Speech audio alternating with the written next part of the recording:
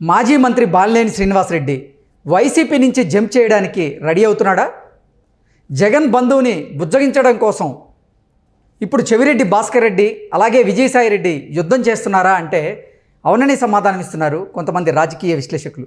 ఇక ఇదే అంశానికి సంబంధించి మనతో మాట్లాడేందుకు ప్రముఖ రాజకీయ విశ్లేషకులు కృష్ణకుమారి గారు మనతో ఉన్నారు. మేడంతో మాట్లాడు. మేడం నమస్తే. మేడం, బాలినేని శ్రీనివాసరెడ్డి ఇప్పుడు వైసీపీ నుంచి జంప్ చేసేందుకు రెడీగా ఉన్నాడా? ఆయన్ని బుద్దగించేందుకు ఇప్పుడు చెవిరెడ్డి భాస్కర్ రెడ్డి అలాగే విజయసాయి రెడ్డి యుద్ధం చేస్తున్నారా అంటే ఏం చెప్తారు మేడం? అంటే అంతర్గతంగా చాలా కుమ్ములాట్లు అనొచ్చు, మార్పులు అనొచ్చు, గందరగోళం అనేది అయితే మటుకు వైసీపీ పార్టీలో ఉందనేది అర్థమవుతుంది.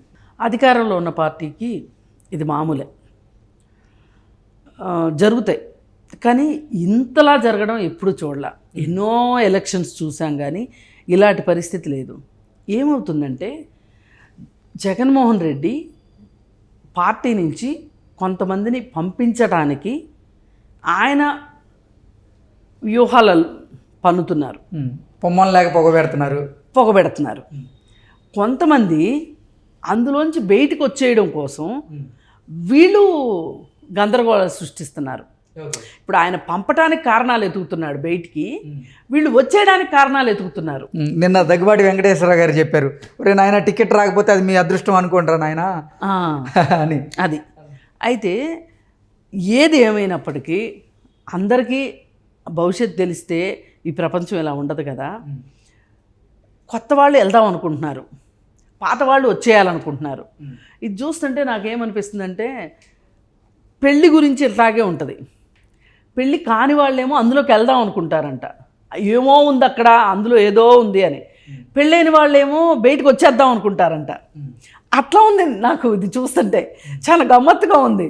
ఎందుకంటే ఆయన కొంతమందిని పంపించడం ఏంటి పనిగట్టుకుని, కొంతమంది ఆయన ఉంచుకుందాము అనుకున్నా కానీ పనిగట్టుకుని బయటకు వచ్చేయడం ఏంటి?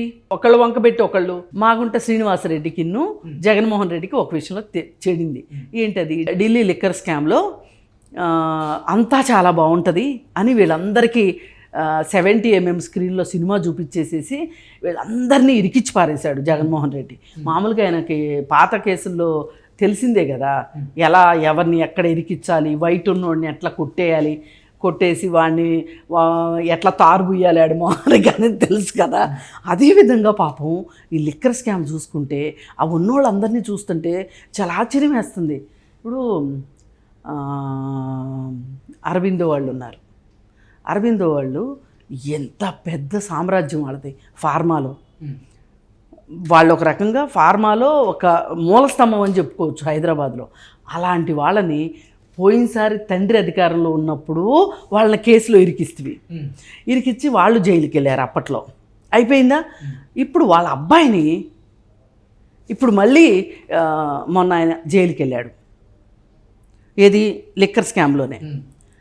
వాళ్ళ చేత డిస్టిలరీస్ కొనిపించి, మూతబడిన డిస్టిలరీస్ కొనిపించి వాటిని ఓపెన్ చేయించి మళ్ళీ ఆంధ్రాలో అంతా ఆ లిక్కరే. అందరూ జగన్ బ్రాండ్స్ అంటారే, ఆ జగన్ బ్రాండ్స్ అన్నీ అక్కడి నుంచి తయారయ్యాయి. ఈ లిక్కర్ని ఢిల్లీలో అమ్మేటట్లుగా ఢిల్లీలో లిక్కర్ స్కామ్ జరిగింది కదా, అందరికి తెలిసిందే కదా.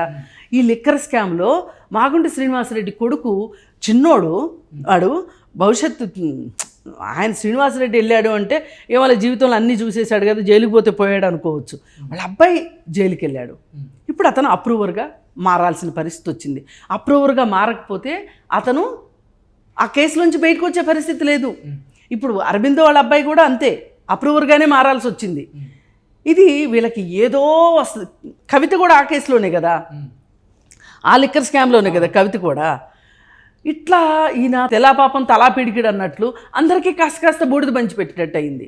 ఇప్పుడు ఆ విషయంలో వాళ్ళు అసలు మేము అందరికీ జ్యోతిషాలు చెప్పే బల్లి కుడితులు పడింది అంటారే, ఆ విధంగా ఇంత పెద్ద పెద్ద బిజినెస్ మ్యాన్లు జగన్మోహన్ రెడ్డి మాటిని వాళ్ళ పరువు గంగలో కలుపుకున్నారు. ఆ విషయంలో ఎక్కడో వాళ్ళకి చెడింది కాబట్టి ఆయన నేను ఇంకా ఆ పార్టీలో ఉండటం కష్టం, నేను ఉండలేను అని ఆయన డిసైడ్ అయ్యాడు. ఇప్పుడు ఆయన వెళ్ళిపోతే ఆయనకి బాలినేని శ్రీనివాసరెడ్డికి ఏవేవో వ్యాపార లావాదేవీలు ఉండొచ్చు. ఇప్పుడు ఆయన ఉండకపోతే నేను ఉండను అని బాలినేని శ్రీనివాసరెడ్డి కూర్చున్నాడు. ఇప్పుడు జగన్మోహన్ రెడ్డికి ఎట్లా ఉంది, శ్రీనివాసరెడ్డి పోతే పోయాడు, బాలినేని ఉండాలి నాకు అనేది ఆయన ఉద్దేశం. ఇప్పుడు బాలినేని కానీ బయటకు వచ్చాడు అంటే బాలినేనికి వాళ్ళకు వైఎస్ కుటుంబానికి ఉన్న సంబంధ బాంధవ్యాలను బట్టి ఆయన నేరుగా షర్మిల దగ్గరికి వెళ్తాడు. ఆ ప్రమాదం కూడా ఉంది. ఇప్పుడు ఆయనకి ఎట్లుందంటే వెళ్తే తెలుగుదేశంలో కన్నా వెళ్ళొచ్చు, కానీ కాంగ్రెస్ దగ్గరికి వెళ్ళొద్దు. ఇప్పుడు ఆయన కత్తి కట్టిందే కాంగ్రెస్ మీద కదా, షర్మిల దగ్గరికి వెళ్ళకూడదు, మళ్ళీ కాంగ్రెస్ పార్టీ దగ్గరికి వెళ్ళకూడదు. వెళ్తే తెలుగుదేశానికి వెళ్ళినా పర్లా. ఇప్పుడు వీళ్ళు ఏం చేస్తున్నారు, ఆయన వీక్ పాయింట్ ఏంటో వీళ్ళకి అర్థమైంది, కాంగ్రెస్లోకి వెళ్ళి ఆయన నేర్పించాలి అనే ఉద్దేశంలో వీళ్ళు. అయితే ఇప్పుడు వాళ్ళ దగ్గరికి ఎవరెవరు వచ్చారు, చెవిరెడ్డి భాస్కర్ రెడ్డి, విజయసాయిరెడ్డి. ఇప్పుడు విజయసాయిరెడ్డి ఇప్పుడు ఆయనే కదా అన్నిటికీ బ్రాహ్మణుడు ఆ పార్టీలో, మంత్రాలు చదివేదానే కదా ఆయన వచ్చాడు. వాళ్ళ సీన్లోకి వచ్చి ఏదో బొజ్జగిచ్చాలని చూస్తున్నారు. బాబు మీరు వెళ్ళారు కానీ తెలుగుదేశంలో కన్నా వెళ్ళండి, కానీ కాంగ్రెస్లోకి మట్టుకు వెళ్ళబాకండి, అసలు ఇక్కడ ఉండండి, ఇక్కడ ఉండలేకపోతే అక్కడికి వెళ్ళండి, కానీ ఇక్కడికి మట్టుకు వెళ్ళొద్దు, ఏది కాంగ్రెస్లోకి అయితే వెళ్ళొద్దు అని బొజ్జగింపులు.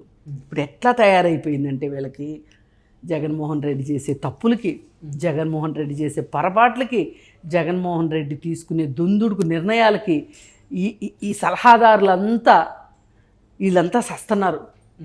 అసలుకి వీళ్ళ జీవితాలే ఇవన్నీ తెంపడానికే సరిపోతున్నాయి.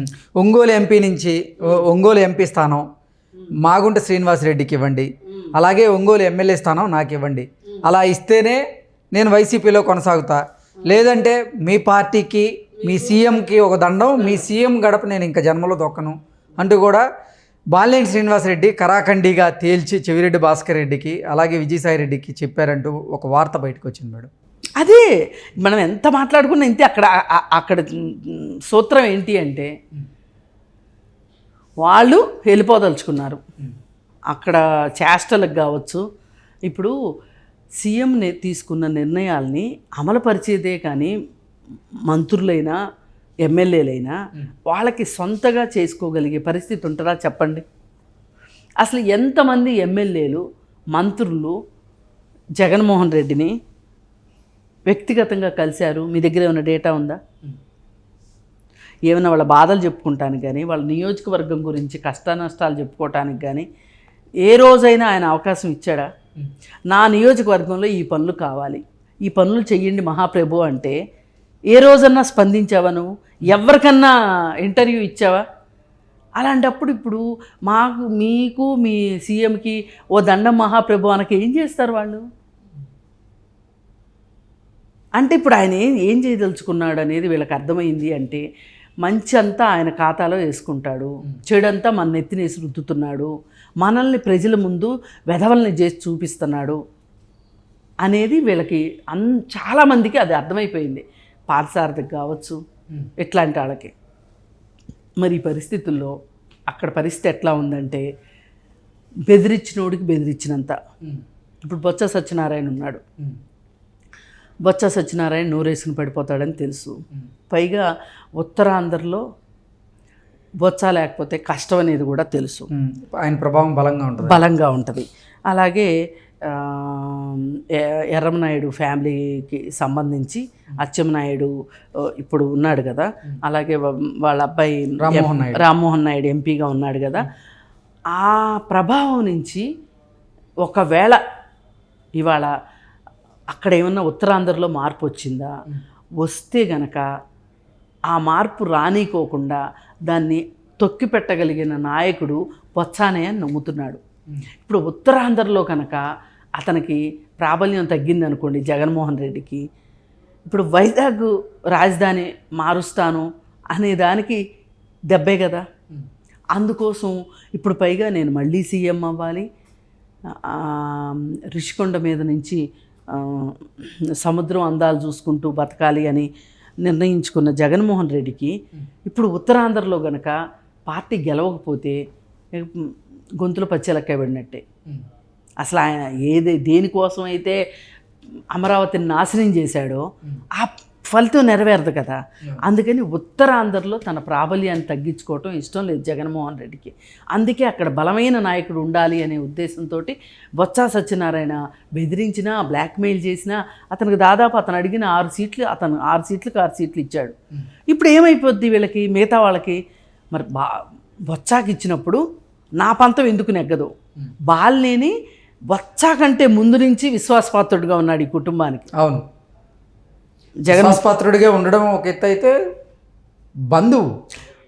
బంధువు ప్లస్ విజయమ్మతోటి డైరెక్ట్గా మాట్లాడగలిగిన వ్యక్తి. పైగా ఎటువైపు నుంచి బంధువు? వైఎస్ వైపు నుంచి బంధువు. కానీ ఇక్కడ ఏం జరుగుతుంది? అక్కడ కోటలో ఏం జరుగుతుంది? వైఎస్ వైపు బంధువులకి పెద్దగా స్థానం లేదు, పోయింది అక్కడ స్థానం. భారతమ్మ వైపు నుంచి సంబంధాలకే ఎక్కువ విలువ ఉంది అక్కడ, వాళ్ళ మాటే చలామణి అవుతుంది. వీళ్ళంతా చెల్లుబాటు కానీలు అయిపోయారు వీళ్ళంతా. ఈ బాధ కూడా ఉంది వీళ్ళకి, వీళ్ళు పైకి చెప్పుకోవట్లేదు. కానీ మరి ఏ రకంగా చూసినా కానీ అక్కడ బొత్సాకి ఇచ్చిన ప్రాధాన్యం మాకెందుకు ఇవ్వరు? ఇక్కడ ఈగో క్లాషెస్ అనమాట. ఆ ఈగో క్లాషెస్ వచ్చేసరికి బాలినేని ఒక్కడికి సీట్ అయితే మట్టుకు జగన్మోహన్ రెడ్డి అకామిడేట్ చేస్తాడు ఖచ్చితంగా. కానీ అతను పట్టుదలకి శ్రీనివాసరెడ్డి సీటును కూడా పంతంలో పెడుతున్నాడు.